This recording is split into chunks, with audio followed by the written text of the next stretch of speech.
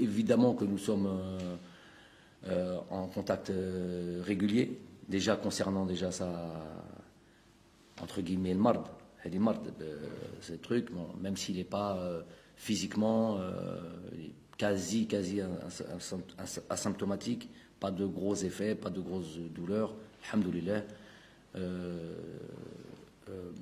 Donc il est en quarantaine, il va en sortir bientôt, Inch'Allah, ici à Doha. Il fait partie déjà j'en profite pour dire qu'il fait partie d'une longue liste quand même, malheureusement, l'SF fait partie d'une longue liste, ce qui complique. Alors il y a deux choses qui compliquent la préparation, qui compliquent très, très lourdement la préparation. Il y a les cas Covid et il y a cette date du 3, alors qu'on avait un match le 1er et qu'on avait un match le 5, match préparation. Donc ça complique très très très largement, vous pouvez le comprendre, notre préparation, puisqu'on a un nombre de joueurs limité, des joueurs qui vont arriver avec un certain niveau de forme, pas la possibilité de peut-être jouer ces deux matchs-là. Donc on est aujourd'hui dans une réflexion de prendre une décision, savoir si on annule ce premier match contre la Gambie ou pas. Parce qu'on est, pour toutes les raisons que je viens de vous donner, on va aussi patienter un petit peu. Il y a aussi la possibilité aujourd'hui de peut-être perdre un joueur important. On attend les examens pour ça. On en parlera plus tard.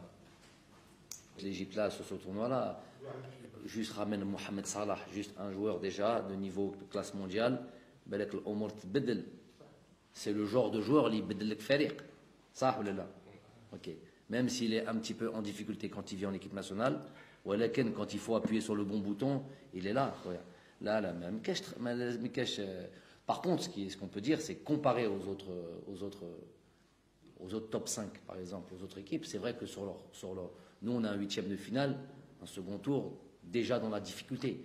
C'est un huitième de finale qui peut ressembler même à une finale.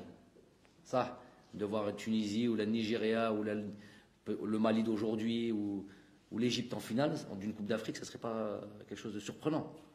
Là, on l'a déjà juste en huitième de finale. Voilà. Donc, déjà dans le huitième de finale, tu es déjà dans le dur. Donc ça, il faut l'assumer. Le tirage au sort, il est fait comme ça.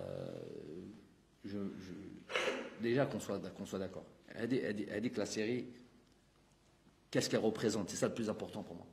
Si c'est que des records pour des records, c'est bien.